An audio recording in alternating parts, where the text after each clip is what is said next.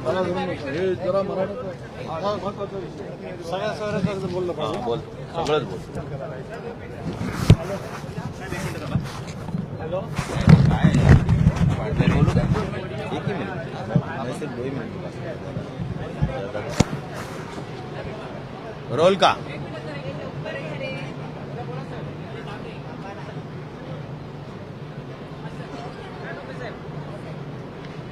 आत्ता जे काही मराठा आरक्षणाच्या संदर्भात खऱ्या अर्थाने आर्थिक, शैक्षणिक आणि सामाजिक मागासलेपणाच्या संदर्भातला जो कायदा या ठिकाणी आणला आणि 10% आरक्षण जे दिलं, मला असं वाटतं की जे आम्ही मंत्रिमंडळात होतो आणि महाविकास आघाडीचं सरकार होतं, काँग्रेस राष्ट्रवादीचं होतं, त्या काळामध्ये जो आणलेलं बिल होतं, ज्यावेळी कदाचित पृथ्वीराज चव्हाण मुख्यमंत्री होते, मला वाटतं त्यावेळी 16% होतं. नंतर देवेंद्रजींनी आलता तोच बिल पण 13% होतं आणि आता तेच बिल पण 10% आलं.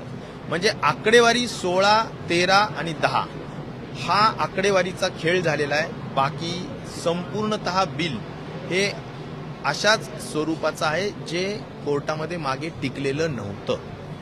आता कोर्ट सुद्धा हेच विचारेल की असे 5-6 महिन्यात असं काय झालं की मराठा समाज एकदम खाली आला आणि सामाजिक आणि आर्थिक आणि शैक्षणिक मागासला झाला.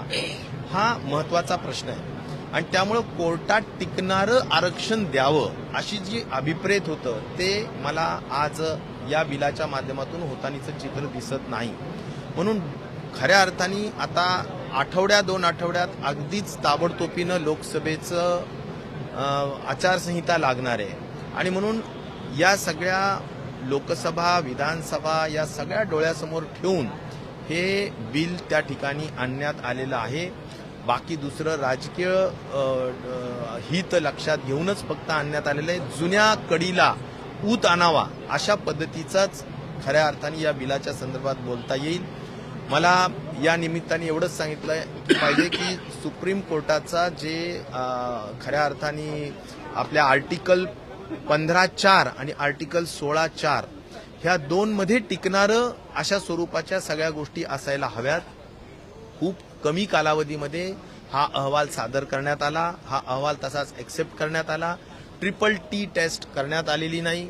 खऱ्या अर्थाने इम्पिरिकल डेटा तेवढा व्यवस्थित करण्यात आलेला नाही आणि म्हणून माझ्या स्वतःचं असं मत आहे की हे अशा स्वरूपाचं जे बिल आणण्यात आलेलं आहे, आज आम्ही सुद्धा सगळेजण बोलू इच्छित होतो यावर, परंतु आमच्या सगळ्यांना बोलू दिलं नाही.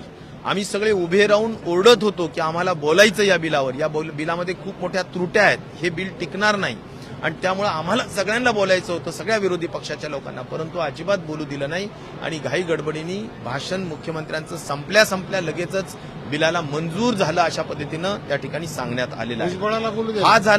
हा झाला एक विषय.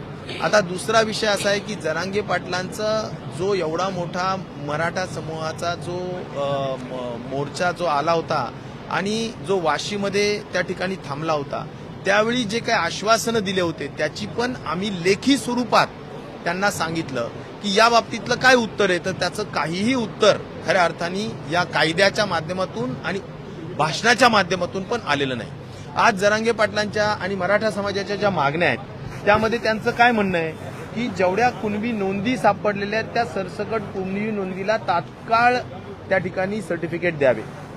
दुसरं, ज्या कुणबी ज्यांच्या नोंदी सापडलेल्या आहेत त्यांच्या बाबतीतल्या सगळ्या सोयऱ्यांच्या बाबतीतलं जो काही व्याख्या आहे ती पण अत्यंत स्पष्ट करावी की ज्याच्यामध्ये खऱ्या अर्थाने एखाद्या कुणबी आणि मराठा समाजामध्ये जर काही नातेसंबंध असतील तर मग त्यांच्या नातेवाईकांना, त्यांच्या सगळ्या सोयऱ्यांना सुद्धा सर्टिफिकेट मिळावं. त्या बाबतीत सुद्धा कुठलंही भाष्य केलेलं नाही.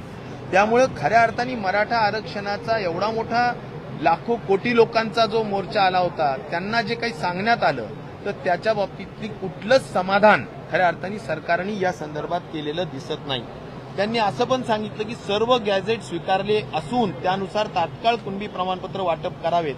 म्हणजे जे गॅझेट कदाचित हैदराबादला गॅझेट जे आहे ते मान्य करावं अशा पद्धतीची मागणी होती, त्यालाही खऱ्या अर्थाने यांनी कुठेही चर्चा सुद्धा केली नाही, मान्यता सुद्धा दिलेली नाही आणि त्यामुळं खऱ्या अर्थाने जे काही एवढे मोठे त्या काळातल्या जे गुन्हे दाखल झाले होते, पहिल्यापासून म्हटलं जात आहे की आम्ही हे गुन्हे वापस घेऊ. त्याला काही कलेक्टरची कमिटी असते, त्या कलेक्टरच्या कमिटीतून जर पटकन शासनाकडे नावं आली आणि वापस घेण्यात आली तर हे पॉलिटिकल गुन्हेगारी आहे. तर या पॉलिटिकल गुन्हेगारीच्या संदर्भाने सुद्धा वापस घेण्याच्या बाबतीतलं जे आश्वासन आहे ते सुद्धा दिल्या गेलेलं नाही, पूर्ण केलेलं नाही. आणि म्हणून खऱ्या अर्थाने कुठल्याही मराठा आरक्षणाच्या संदर्भातल्या मागण्या मान्य न करता एक वेगळा कायदा या ठिकाणी केला जो पूर्वीचाच होता. आणि त्यामुळे त्याला किती म्हणजे फक्त निवडणुका आता पार पाडायच्यात आणि मराठा समाजाला आणि सगळ्याच पद्धतीनं कसं सामोरं जायचं म्हणून केलेला हा कायदा आहे असं आमचं स्वतःचं मत आहे. आणि त्यामुळं ही फसवणूक आणि धुळफेक मराठा समाजाच्या अनुषंगाने करता कामा नये असं आमचं या बाबतीतलं स्पष्ट मत आहे. त्याच्यामध्ये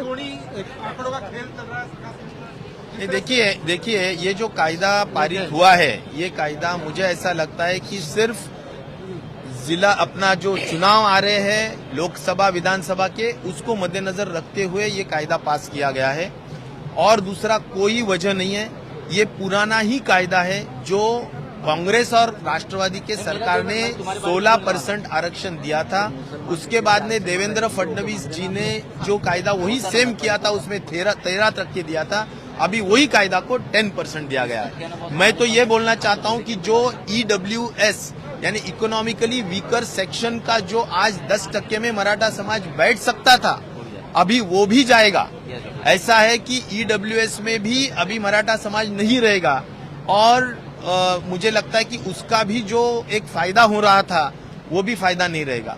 तो मैं ये समझना चाहता हूं कि अगर अभी ये सरकार की जिम्मेदारी रहेगी कि इसको निश्चित तौर पर आर्टिकल 15(4) और 16(4) में किस तरह से ये गवर्नमेंट बिठाएगी और किस तरह से सुप्रीम कोर्ट को कन्विंस कर पाएगी, क्योंकि सुप्रीम कोर्ट का ये निश्चित स्वरूप से कहना है कि ये बिल्कुल उसमें नहीं बैठता है और इसलिए उन्होंने थोड़ा रद्द किया था.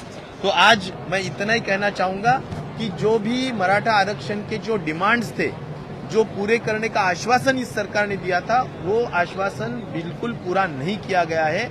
चाहे फिर वो कुणबी समाज की नोंद का वितरण हो, कुणबी समाज के नोंद के सर्टिफिकेट का वितरण हो, कुणबी समाज के जो रिश्तेदारी में आने वाले जो लोग हैं उनको सर्टिफिकेट का वितरण हो, ऐसा कोई डिमांड पूरा नहीं किया गया. और कोई गैजेट जो स्वीकारने का जो निर्णय लिया था सरकार ने, वो भी गैजेट नहीं निकाला गया. जैसा कि निजामकालीन जो गैजेट था वो स्वीकारेंगे, ऐसा माननीय मुख्यमंत्री जी ने कहा था. सभी जरांगे पाटिल के मांगनी के जो तड़जोड़ हुई थी उसके माध्यम से. इसलिए मुझे नहीं लगता है कि इसमें कोई समाधानकारक सही में कोई सॉल्यूशन यहाँ पर निकाला गया है, ऐसा हमें बिल्कुल नहीं लगता है. ये सिर्फ जुमलेबाजी है और चुनाव के मद्देनजर रखते हुए ये जुमलेबाजी की गई है.